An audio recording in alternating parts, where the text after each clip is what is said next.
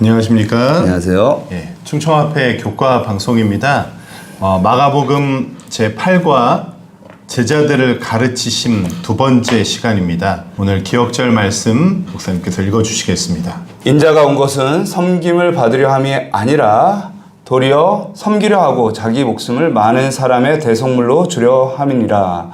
마가복음 10장 45절 말씀. 예.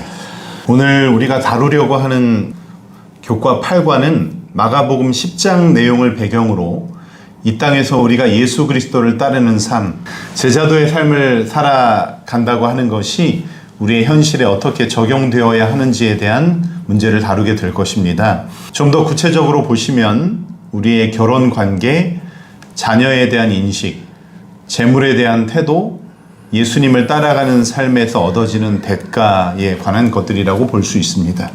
교과의 기억절이 말해주듯 예수님을 따라가는 삶은 죄인된 인간이 추구하는 자기 욕망의 길이 아닌 참 하나님의 길, 진정한 사랑과 희생의 길을 우리에게 지시하고 있음을 교과를 통해서 우리는 살펴보게 될 것입니다. 일요소지인데요. 결혼에 대한 하나님의 계획입니다. 마가복음 10장 2절에 보시면 바리새인들이 예수님께 나와 예수님을 시험하는 질문을 합니다. 그 질문은 사람이 아내를 내어 버리는 것이 옳은 것입니까? 라고 하는 것입니다. 다시 말해 이혼 문제에 대한 당신의 견해는 무엇입니까? 라고는 것이었는데요. 이 바리새인의 질문에 대한 예수님의 대답을 듣기 전에 우리는 유대인들의 사고방식과 문화를 좀 이해할 필요가 있습니다. 모두 아시는 대로 예수님 당시에 있었던 성경은 바로 구약 성경이었습니다.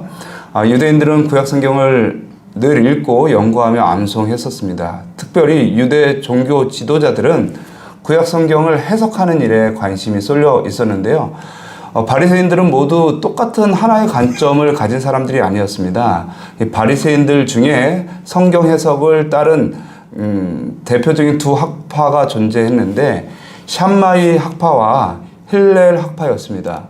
쉽게 말씀드리면 샴마이 학파는 문자주의, 엄격하고 원칙을 고수하는 분위기였다면 힐렐 학파는 개인적인 경건을 중요시하면서 율법 해석에 있어서 조금 개방적인 면을 지닌 학파였습니다. 물론 예수님 당시의 바리새인들은 샴마이 학파가 주도적인 분위기를 이끌어갔지만 예수님 이후에는 힐렐 학파가 분위기를 주도했습니다.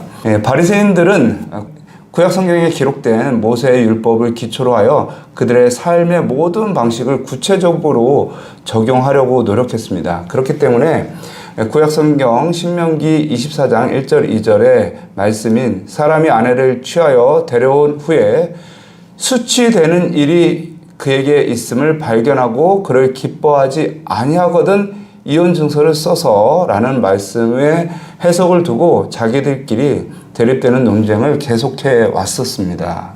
예수님께 질문한 이 바리새인들은 아마도 힐렐 학파 계열의 사람들로 보이는데요. 바리새인들 중에서 비교적 보수파인 샴마이 학파는 신명기 24장 1절 말씀에서 수치되는 일을 간음으로 해석했습니다. 그래서 간음한 이유 이외에는 이혼은 해서는 안 되는 것으로 규정을 한 것이죠. 그런데 비교적 온건한 해석을 하는 힐렐 학파는 무슨 조건이든 가령 아내가 밥을 태웠거나 남편을 무시하는 말을 했을 때 또 역시 이혼이 가능하다고 그렇게 해석했습니다. 그러므로 힐렐 학파는 사실상 거의 모든 이유의 이혼을 허용한 것이죠. 다만 교과가 설명하는 것처럼 성급하거나 충동적인 결정을 숙고할 시간을 마련한다는 맥락에서 이혼을 승인하는 절차가 더 복잡하고 오래 걸렸다라고 이렇게 설명하고 있습니다. 여기 예수님 앞에 온 이 바리새인들은 왜 예수님께 이혼 문제를 가지고 질문을 하고 있는 걸까요? 그들은 의도를 가지고 질문했습니다.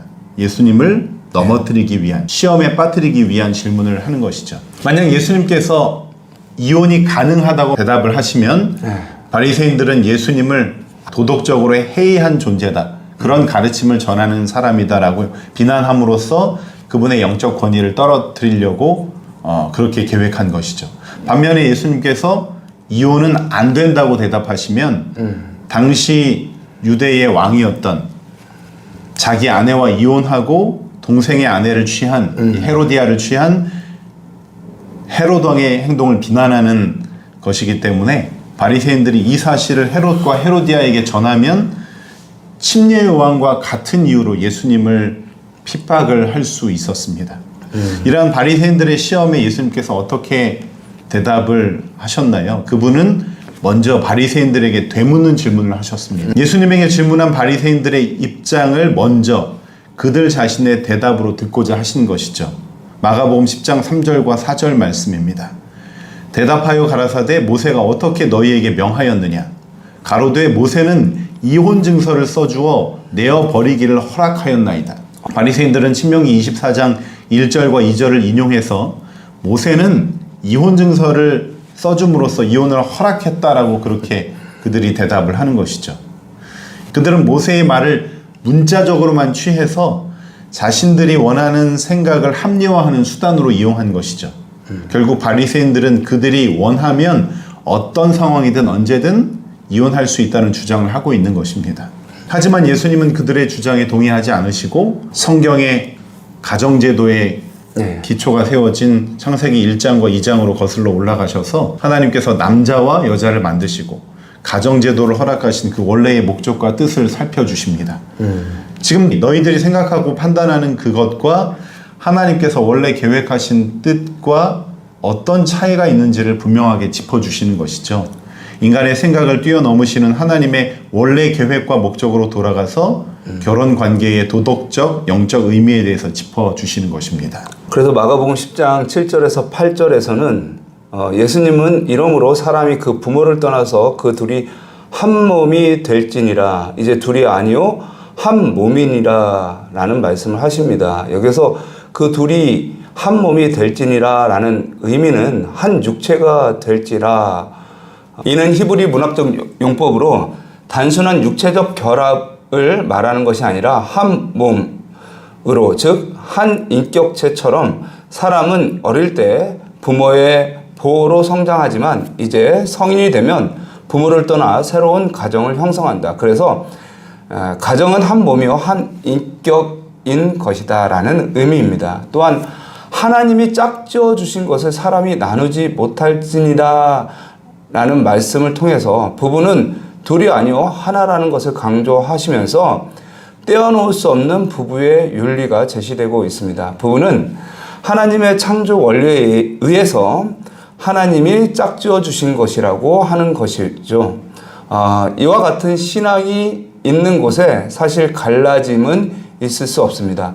그 기원이 창조자이신 하나님께 있으므로 피조물은 사람이 이를 파괴할 수 없는 것입니다. 그러므로 인간의 실패가 하나님의 원래 목적까지 바꿀 수는 없는 것입니다.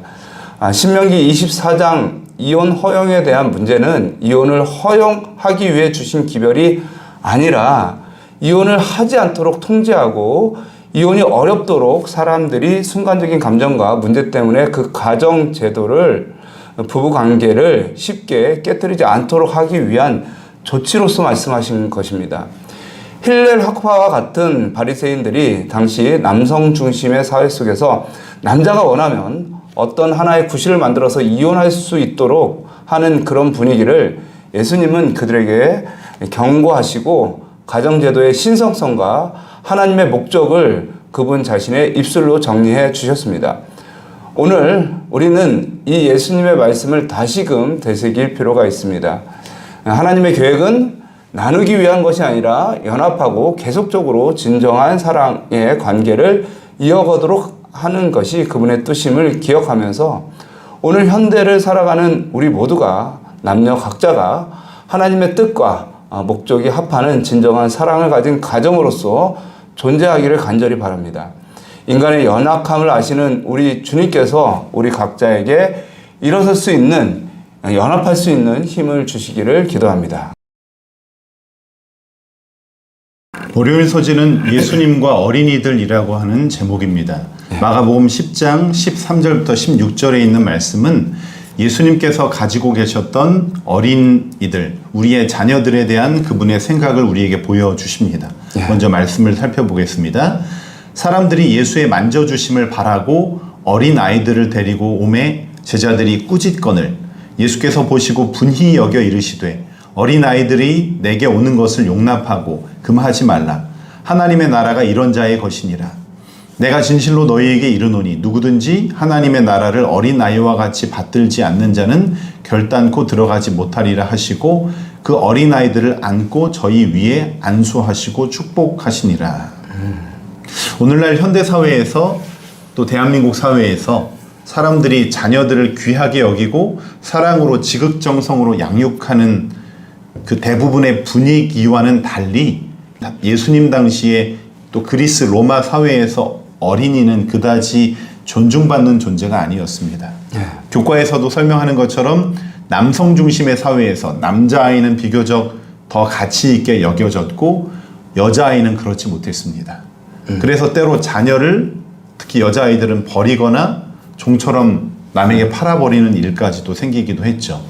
쉽게 말해 당시의 자녀들은 그 인격체 자체로 존중을 받기보다는 부모의 소유물로서 부모가 하는 일을 곁에서 도와야 하는, 부모가 원하는 대로 일해야 하는 그런 소유물이나 일꾼처럼 생각하는 경향이 강했음을 볼 수 있습니다. 이런 그리스 로마 시대의 일반적인 관념보다는 유대인들이 자녀들을 대하고 양육하는 일에 좀 더 나았을 수 있겠지만 중요한 것은 자녀를 하나님께서 주신 소중한 선물로서 귀중한 한 인격체로서 정성껏 양육하는 일에 그들 역시도 균형지지 못한 태도와 또 자세를 지녔음을 우리가 엿볼 수 있는 것입니다. 마가복음 10장 13절을 통해 당시 예수님 앞에 나온 어린이들 그리고 그 어린이들을 데려온 부모들을 예수님의 제자들이 제지하고 책망하는 모습을 우리가 상상해 볼 수 있는데요. 당시 유대 사회에서 어린이는 낮은 위치에 있는 존재로 여겨졌습니다. 과소평가되고 또 우선순위에서 언제나 제외되는 것이죠. 오늘날 우리는 두 가지 균형지지 못한 현상을 보면서 이 사회를 살아갑니다. 첫 번째의 경우는 예수님 당시처럼 우리의 자녀를 한 사람의 인격체로 소중하고 가치 있는 존재로 바라보지 못하고 부모의 소유물로 부모가 원하는 대로 마음대로 이끌 수 있는 존재로 여기는 태도입니다. 제가 얼마 전에 한 공공장소에 갔는데요. 어떤 한 아빠가 정말 너무 어린 3살 정도 된 이제 막 걸어다니고 뛰어다니는 아들을 훈육한다는 명목으로 폭력을 가하는 그 모습을 목격하게 되었습니다. 3살을요? 예, 너무 황당했죠. 처음에는 아이가 울고 말을 안 들으니까 아빠가 훈육하는 것으로 그렇게 여겨졌는데 계속해서 이 아빠는 그 어린 아이를 때리면서 눈물을 그칠 것을 강요합니다. 아이고. 네.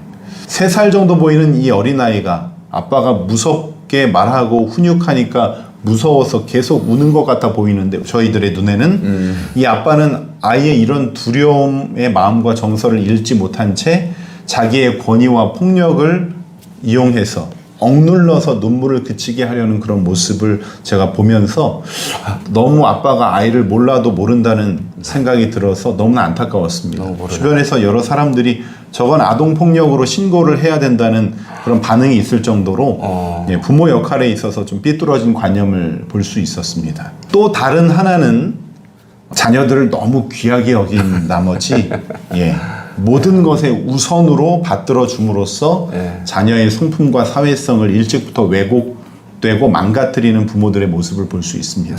자녀를 다른 사람과 함께 조화롭게 살아갈 수 있는 존재로 양육하지 못하고 교사나 어른들의 가르침이나 권위를 무시하고 다른 사람들에게 피해를 입히면서도 그것이 잘못인 줄 모르도록 소위 말해 오냐오냐 키우는 현대사회의 많은 부모들의 모습으로 인하여 오늘날 예의 없고 방종하는 여러 자녀들이 만들어지므로 다른 사람들과 조화되어 함께 살아가는 이 사회가 점점 병들고 있는 모습을 또 보게 됩니다.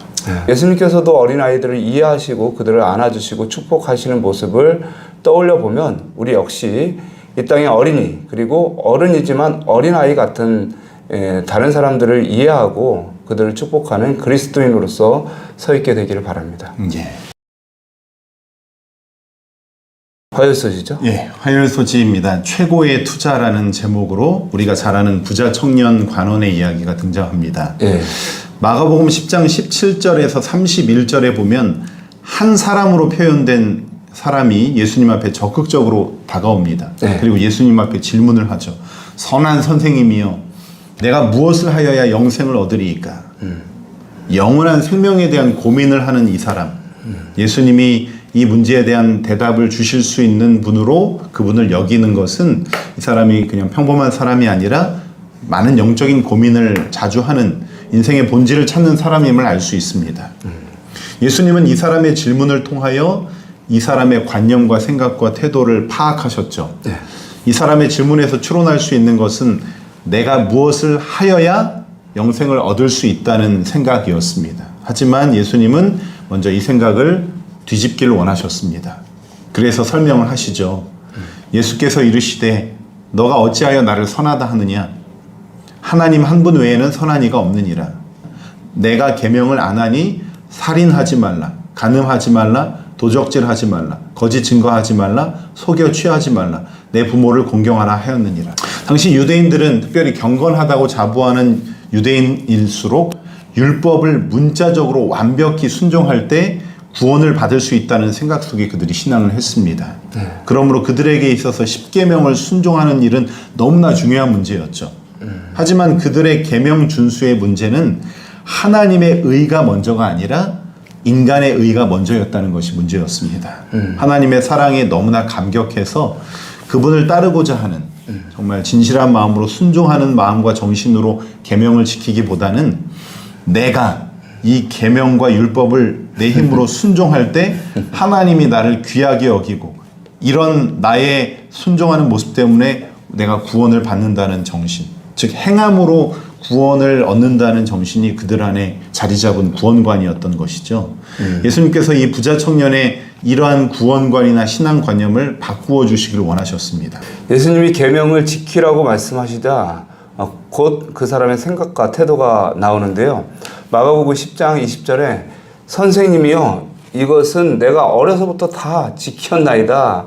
자신있게 예수님께 말합니다. 마치 이런 태도죠. 아이고 예수님 뭘 잘 모르시나 본데요. 여기 있는 나는 꽤 수준 높은 사람입니다. 내가 계명을 얼마나 완벽하게 지키려고 노력하며 살아왔는데요. 나는 다른 사람들과 비교하기 힘들 정도로 정말 잘 살아왔습니다. 이런 부자 청년의 마음을 꿰뚫어 보실 수 있는 예수님은 한 가지 부족한 것에 대해서 말씀하십니다. 내게 오히려 한 가지 부족한 것이 있으니 가서 내 있는 것을 다 팔아 가난한 자들을 주라. 그리하면 하늘에서 보화가 내게 있으리라. 그리고 와서 나를 쫓으라. 이 부자 청년은 머리가 좋은 사람이었습니다. 예수님의 이 말씀이 무엇을 의미하는지 너무나 잘 알고 있었습니다. 자신은 꽤 괜찮은 사람이었고 구원받음에 있어서 별 문제가 되지 않을 그런 삶을 살아왔다고 자부할 수 있는 자신의 실체가 예수님 앞에서 낱낱이 보여진 것입니다. 교과가 설명하는 대로 그는 자신의 삶에서 하나님이 가장 중요했던 것이 아니라 자기 자신이 가장 중요한 존재였음을 깨닫게 됩니다. 나의 구원을 위해서 내가 이것저것을 열심히 지켜서 나의 의로 구원을 이루려고 했음을 말입니다.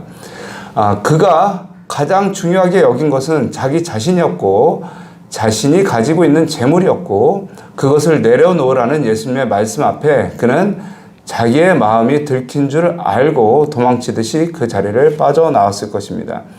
그에게 있어서 가장 중요한 것은 자기 자신 그리고 재물이었습니다.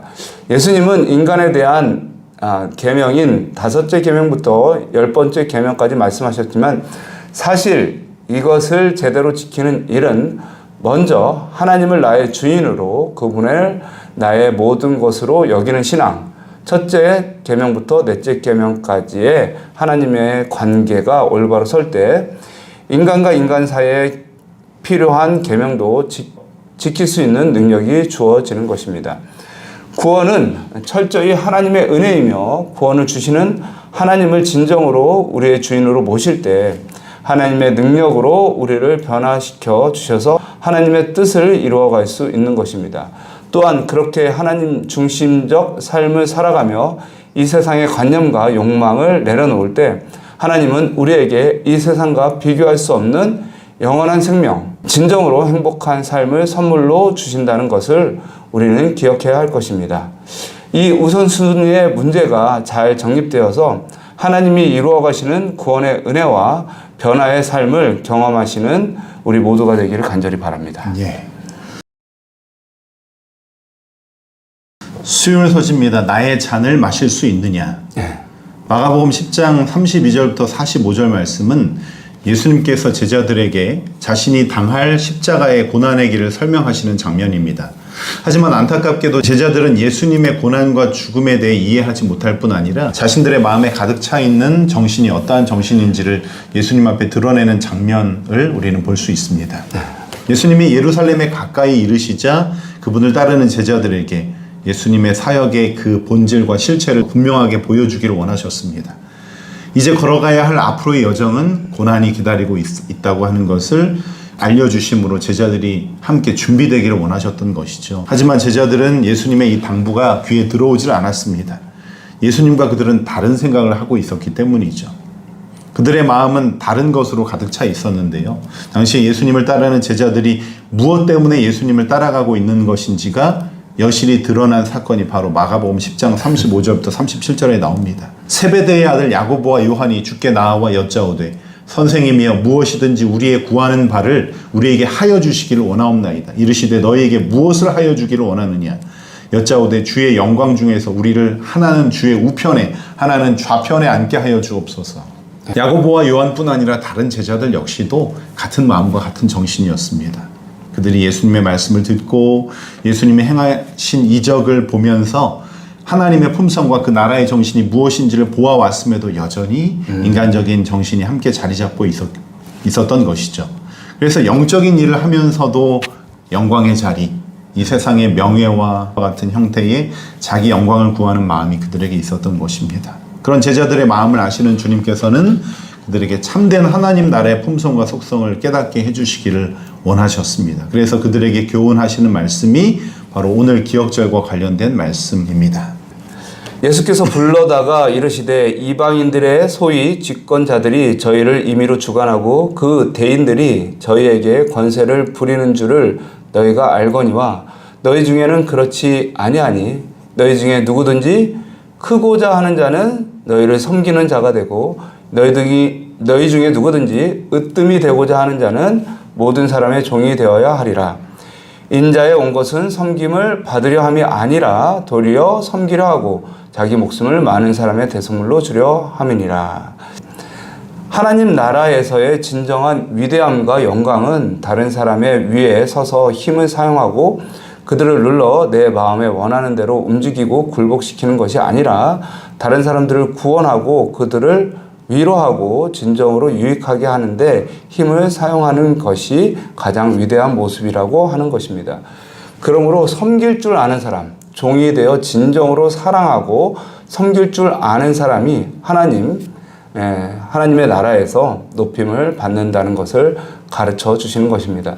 하나님은 가장 위대한 분이시기 때문에 예수님은 가장 영광스럽고 위대한 분이시기에 죄인들의 구원을 위하여 섬기시고 심지어 자기 목숨을 많은 사람의 대속물로 주시면서까지 그들의 온전한 회복을 위해 일하시는 분이라는 것을 우리에게 보여주고 있는 것입니다.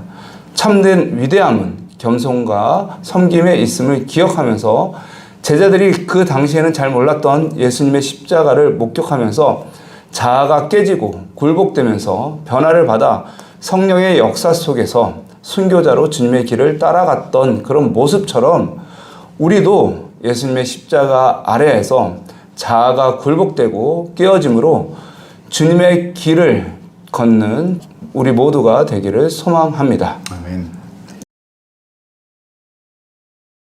목요일 소식입니다. 내게 무엇을 하여 주기를 원하느냐. 맹인 바디메오의 이야기를 우리에게 들려주고 있는데요. 마가복음 10장 46절부터 52절은 한 사람의 이야기를 우리에게 보여줍니다.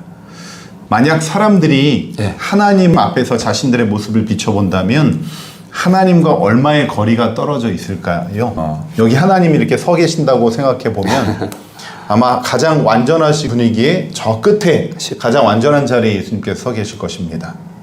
숫자로 1에서 10으로 본다면 10에 예수님이 서 계신다고 보면 하나님은 죄가 없으신 분이고 또 이 땅에 죄를 용납하시지 않는 죄 문제를 해결하셔야만 모두를 구원할 수 있기 때문에 또 심판하시는 분으로서 그분은 가장 완전한 자리에 서 계십니다. 그렇다면 이 땅의 인간 중에 우리가 아는 사람 중에 가장 위대하고 칭송받는 그런 일을 한 사람을 대표적으로 뽑아본다면 테레사 수녀 같은 그런 분들이 있겠죠. 테레사 수녀의 삶이 어떠했는지를 책을 통해서나 여러 이야기를 통해서 들으신 분이 있을 겁니다. 우리와 같은 신앙을 하는 분은 아니지만 사실은 우리가 따라갈 수 없을 정도로 평생을 바쳐서 가난한 자와 고아들을 위해서 헌신했던 그런 사람이죠. 그래서 미국의 자유상, 유엔의 슈바이처상, 노벨 평화상을 받은 그런 여인입니다. 하지만 테레사 수녀 자신도 자신을 완전하다고 하지 않았습니다. 그녀가 쓴 책에 고백하는 내용들을 보면 자신의 연약함과 결점들을 고백하는 내용들이 있습니다. 그러나 우리와 비교해 볼 때는 굉장히 훌륭해 보이는 사람이죠. 이분은 겸손하신 분이니까 이 1부터 10까지 점수 중에 한 몇 점, 원래 우리 한 8이나 9에 놓고 싶지만 겸손하니까 한 7쯤에 놓겠습니다. 그런데 여기 우리가 마가복음 10장에서 보는 한 사람, 이 바디메오라는 사람을 우리 눈으로 보겠습니다. 그는 장애를 가지고 있는 맹인이었습니다. 성경에 나와 있는 예수님 당시에 장애나 질병이 그 사람이나 부모의 죄값이라고 믿었습니다. 그래서 당시 관념으로 바디메오는 하나님으로부터 가장 멀리 있던 사람이었습니다. 게다가 바디메오는 거지였습니다. 이름도 없는 거지였어요. 그의 이름이 디메오의 아들 바디메오인데요. 디메오 앞에 붙는 이름이 그냥 아들이라는 말입니다. 아버지가 이름도 지어주지 않았죠. 태어나 보니 소경이었던 것입니다. 버려진 자식. 사람들은 하나님께서 선한 사람들에게 물질적 축복을 주신다고 믿었습니다. 그렇다면 바디메오는 하나님으로부터 가장 멀리 떨어져 있는 사람입니다. 복을 하나도 받지 않았습니다. 바디메오는 여리고에 살았거든요. 여리고는 지구상에서 가장 낮은 곳, 해수면으로부터 250m 아래에 위치한 도시입니다. 그러니까 상징적으로 볼 때 세상에서 가장 낮은 도시에서 가장 가난한 사람으로 가장 불쌍한 사람으로 살았던 사람이 바로 바디메오였음을 볼 수가 있습니다. 우리가 예상하는 대로 당시 사람들은 이 바디메오가 하나님으로부터 가장 멀리 떨어져 있는 사람이라고 생각했습니다. 아마 바디메오를 1부터 10에서 그 숫자를 보면 아마 제일 밑바닥 0일 거라고 생각이 듭니다. 이렇게 보면 하늘과 가장 가까운 사람은 누구인지 금방 알 수 있습니다. 나보다 조금 더 선한 사람이 이 세상에 분명히 있습니다. 그러나 바디메오를 포함하여 저와 여러분은 테레사 수녀와 가장 선한 사람조차 전부 하나님으로부터 얼마가나 간격을 가지고 있다는 것을 우리는 인정해야 합니다. 이 간격은 결코 인간의 노력으로 결코 뛰어넘을 수 없는 간격입니다. 심지어 테레사 수녀라 할지라도 뛰어넘을 수 없는 간격을 가진 채 죽을 수밖에 없습니다. 또한 이 간격이 메워지지 않는다면 결코 구원을 얻을 수가 없습니다. 소경 거지 바디메오는 자신에게 구원이 필요하다는 것을 알았습니다. 그래서 그는 그에게 구원을 주실 분인 예수님께 소리를 쳤습니다. 다윗의 자손 예수여, 나를 불쌍히 여기소서. 이것이 바디메오가 할 수 있는 전부였습니다. 바디메오는 할 것도 드릴 것도 없었습니다. 그는 자기 자신이 처한 형편을 너무너무 잘 알고 있었습니다. 날고 기어도 결코 영생을 얻을 수 없다는 사실을 알았습니다. 그래서 그는 소리 질렀습니다. 다윗의 자손 예수여, 나를 불쌍히 여기소서. 주변 사람들은 말렸습니다. 조용히 하라고 압력을 가했습니다. 그러나 그것이 바디메오가 할 수 있는 유일한 것이었습니다. 그가 할 수 있는 전부였습니다. 거지인 바디메오가 드릴 것은 아무것도 없었습니다. 소경인 바디메오가 할 수 있는 일은 이것밖에 없었습니다. 이때 예수님께서 그를 불러주셨습니다. 내게 무엇을 하여 주기를 원하느냐? 선생님이여, 보기를 원합니다. 그는 간절하고 진실된 마음으로 구했습니다. 그때 주님의 부드러운 음성이 들려왔습니다. 가라, 내 믿음이 너를 구원하였느니라. 이렇게 예수님은 오늘도 이 세상에서 참된 구원을 희망하는 자를 찾고 계십니다. 영적인 눈으로 세상을 바라볼 때 세상에는 희망이 없다는 것을 깨닫고 오직 유일한 참 구원자이신 예수님을 바라보는 그분에게서 참 희망과 구원을 찾는 자가 바로 우리여야 한다는 것을 바디메오라는 사람을 통해서 우리에게 보여주고 있습니다. 금요일 소지입니다.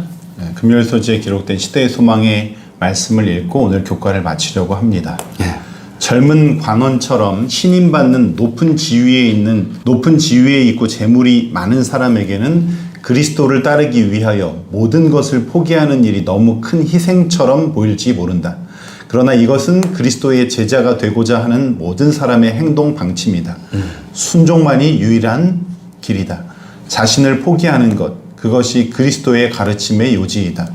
그것이 자주 권위적인 것처럼 보이는 방식으로 제시되고 명령된 이유는 받아들인다면 사람을 송두리째 타락시키게 될 것들을 잘라버리는 길 외에는 사람을 구원할 다른 방도가 없기 때문이다.